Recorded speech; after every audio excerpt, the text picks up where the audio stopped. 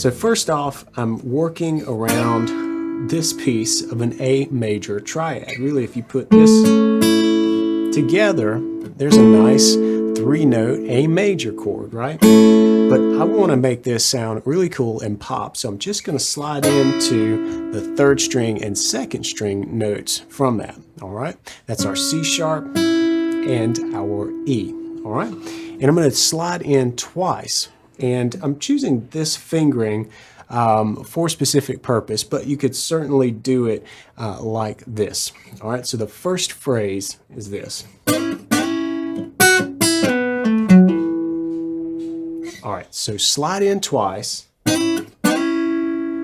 And then I'm going to lightly pluck, and I'm using my thumb pick here so I can get some of that chicken picking kind of sound happening here. It makes the bass notes kind of pop, or in this case, even the note on the 3rd string. And what I'm going to do is hit that C sharp, and then reach up to my F sharp. You could certainly do that with this finger set. All right, let's take that through slowly again. I'm going to go back to playing it this way.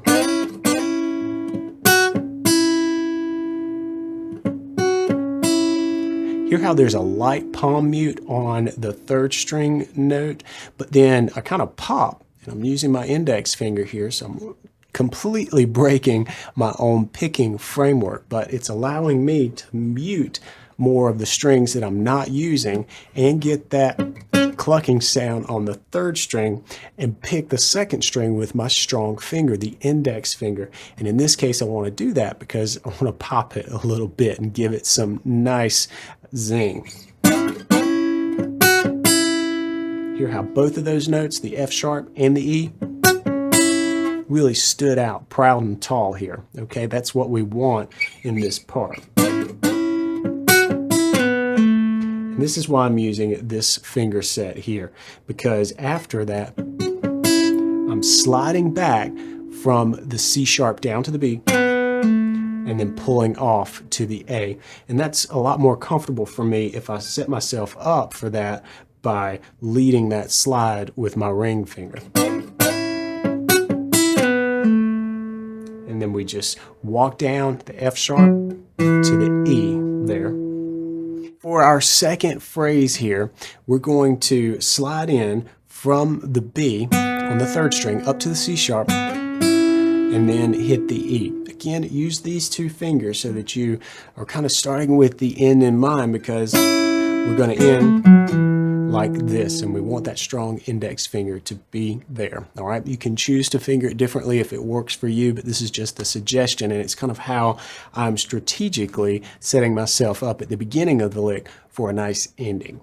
So we're sliding, and then we're going to slide backwards from the C sharp down to the B, and then pluck the A, and then the F sharp E, followed by a slide up again, and then hit the E, and then back down. So we're just kind of going to jump position down here to the A, all right? And here's what that sounds like in time. All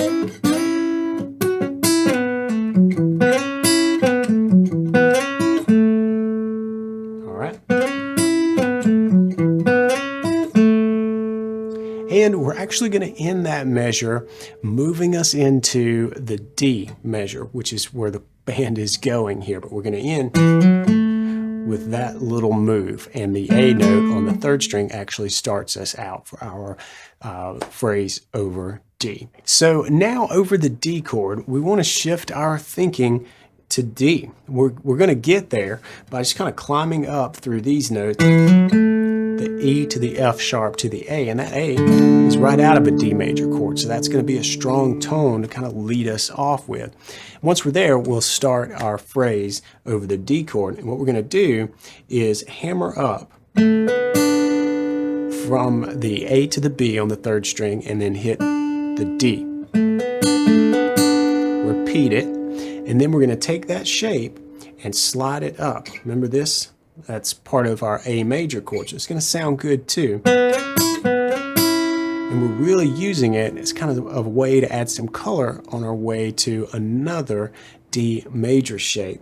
And that's happening after those two slide, where we just slide up 1 fret and then hit the 2nd string. You're going to put your little finger down on the 7th fret, 2nd string there for that F sharp. So we got a cool D major triad there. So we've moved from here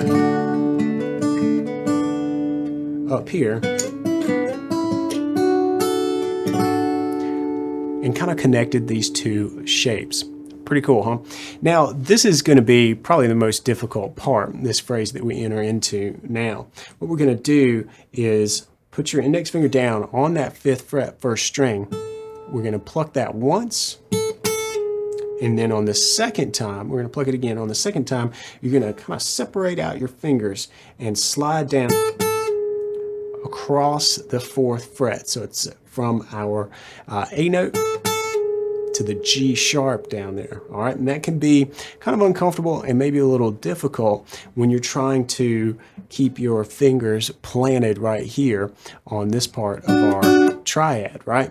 And if you have to, if you absolutely have to, you can pick those fingers up and continue the lick. But I would urge you and encourage you to keep those planted for a few different reasons. One, you're going to need to go right back there, so it's a little more efficient to stay there and kind of suffer through that slide, which with some practice and work on that stretch, I know you can get there. And quick tip, if that is too much of a stretch for you, start up here where the frets are small and just practice that move, and then work your way down like this. And then wherever you have a problem area, wherever the slide starts to disappear on you or it's just impossible, then move back up.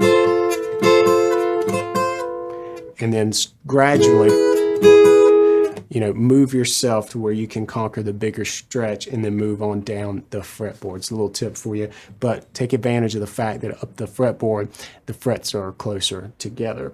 So now back to our lick. After the slide, we want to hit that 2nd string, 7th fret, the F sharp, roll through and hit the open 1st string, then back to the F sharp for a pull off down to the E, then C sharp, E. And with that E ringing, we can get out of position. That's a nice break for the hand. And we can pull off from the B down to the A. Finish that lick by coming down to F sharp and then E. All right.